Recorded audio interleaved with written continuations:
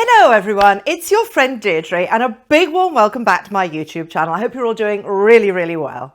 Today we're going to be talking about 5 fashion mistakes that you're probably making with your winter styling, and I know that I've made too. And don't worry, lots of solutions on how to fix them. I think these are really useful tips for my own wardrobe actually, so I thought I'd share them with you because I'm sure they'll be useful for you. Before I dive into my first mistake that we are all probably making, I think it's important to say that of course you should be wearing exactly what you feel happiest and most confident in. And we should be focusing on our own individual bodies, our own body shapes and what makes us comfortable and confident. We need to make sure that what we wear fits around our bodies and not the other way around. So here are my 5 winter styling mistakes that I really want to share with you so that you don't make the same mistakes as me. And first up is something that I find is really easy to get wrong. Number 1 is getting coat lengths with skirt lengths wrong. Quite difficult to say actually, and very easy to get wrong. I think that if your skirt is longer than a long line coat, it does tend to look a bit unbalanced. So to get coat and skirt lengths right, a good rule of thumb is to try to make sure that your coat falls slightly longer than your skirt. Particularly if you're wearing a long skirt with a long coat. Or alternatively, go for a shorter jacket if your skirt is really long. Just a little tip here, when you're selecting a skirt length, think about your body shape and what flatters your legs the most. One thing to bear in mind is to try and avoid having your skirt stop at the fattest part of your calf, as this can have the effect of making your legs look bigger and wider than they really are. Ideally, the skirt should stop at an area of the leg which is just starting to get a bit thinner. So, the bottom of the calf or the top underneath the knee, those kind of areas, because these are much more flattering. So let's look at a coat and a skirt length that I think doesn't work, just to illustrate to you and show you what I mean in my look 1. So here, these are all beautiful pieces. This velvet skirt is really gorgeous, lovely chestnut wintry colour, but unfortunately the skirt is just a little bit longer than the coat that I've chosen. So it just looks kind of wrong with proportions. Now, it's a really easy thing to get wrong. As I said, the colours work, the outfit is nice, but it's not a good balance on the leg and it doesn't look put together. So I'm going to show you in my look 2 what one alternative could be. So you could go a few ways here as alternatives to this problem. One option is to swap out the coat and wear one that it's a shorter length. Now this is a lovely option as it shows off this gorgeous skirt really well, allows all the velvet gleam to gleam away, and is flattering for the effect of height. And also you'll notice that I'm wearing the same colour sweater as the coat, well very similar anyway, and this also really adds to the cohesive and put together effect. But if you wanted to wear a long line coat, have a look at what I'm doing here in look 3. So the best option is to either wear a much shorter skirt, perhaps to knee length, or a skirt that doesn't show beyond the coat length, like I'm wearing here. Also, the skirt doesn't have too much volume. It's more of a pencil skirt shape really. So that also works with the long line of the coat too. So there's not too much overall volume underneath the coat. Now again, I've created cohesion by wearing the same colour sweater as the coat. So the outfit has that slightly polished air, but this was very simply done just by wearing similar colours. Okay, on to my second style mistake that I know I make, and maybe you do too, which is number 2, the wrong sock.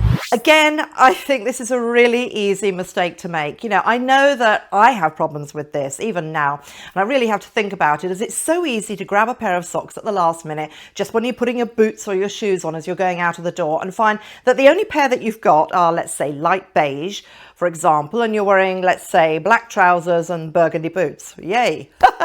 Great combo. So I wanted to help you think about the importance of planning your socks just a little bit, as it can make all the difference to an outfit. I think it can happen mainly with 2 types of shoots or boots. It can happen when we wear socks with loafers, as the socks show, and also with ankle boots, as the top of the boot and the sock may show, especially when you sit down, the leg rides up a little bit. So if you're wearing black boots or loafers, let's say, make sure that you have socks that are either the same colour or coordinate with them and your trousers and jeans. So maybe not something like this. Or you could experiment with contrasting colours too.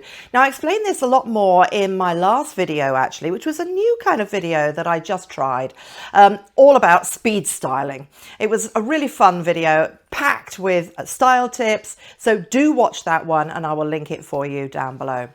Now, socks and sock colours, can really bring your outfit together, or not, and make it look much more considered.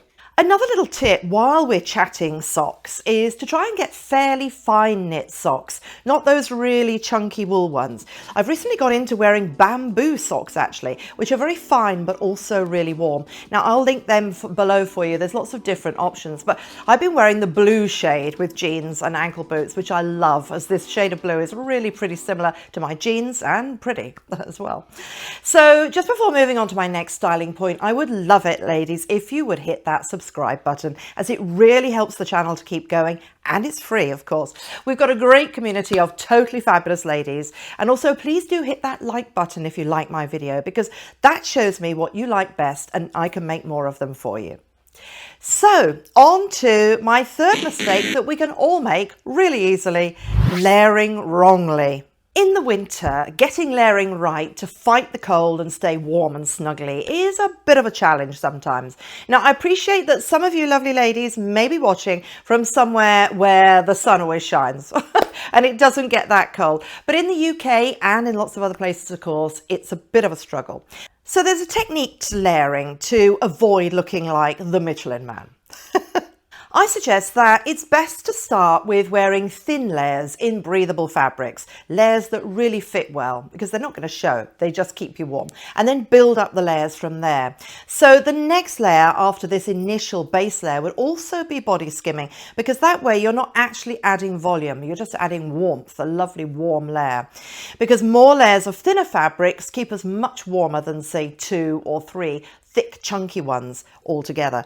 Now the fine layers don't allow air in between, so you're going to stay much warmer too. You're really cozied up without the volume. Then think about your coat on the top. If your final layer is a chunky sweater, that's fine of course, unless you pair it with a tailored coat, and then you might have a few problems fitting it on top and start to feel a bit like you're in a straitjacket. So if you want to wear a chunky sweater as a final layer, a good way to go is to pick a looser fit, probably long line coat that will also bring things together style-wise, as well as giving you enough room for your sweaters underneath.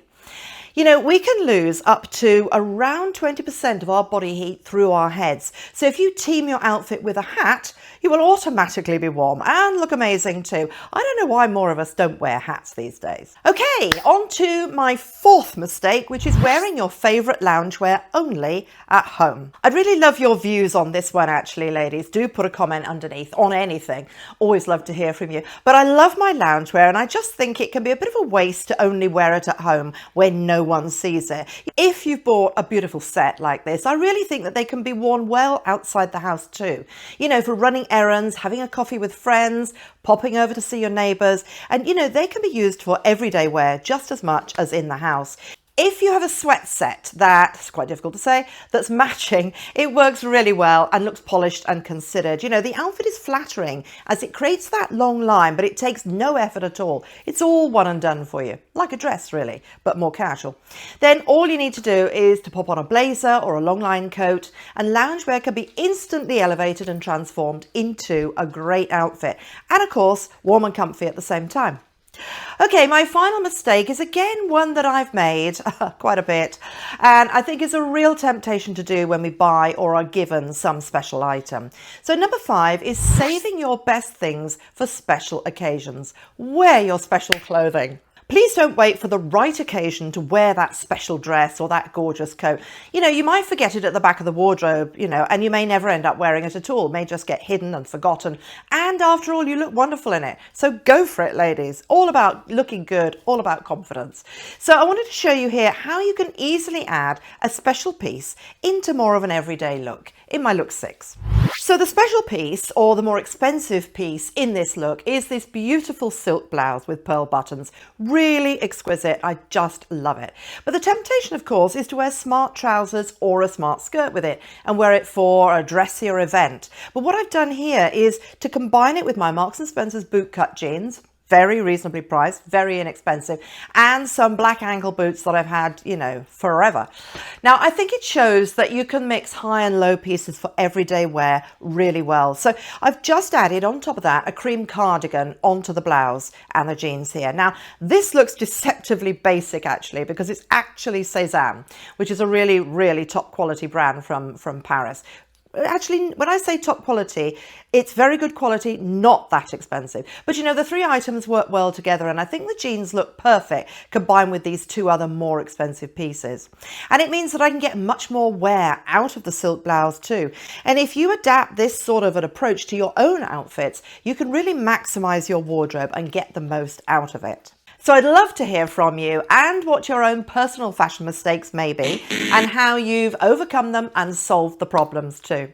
So if you have enjoyed this video, ladies, which I really hope you have, please do give it a thumbs up. And if you haven't already subscribed, please hit that subscribe button, as I'd love to have you join our community. And also, if you've got any friends who you know would benefit from this video or who would find it really fun and enjoyable and learn from it, do share it as well. So I hope you have an amazing day, and I'll see you really soon. Lots of love.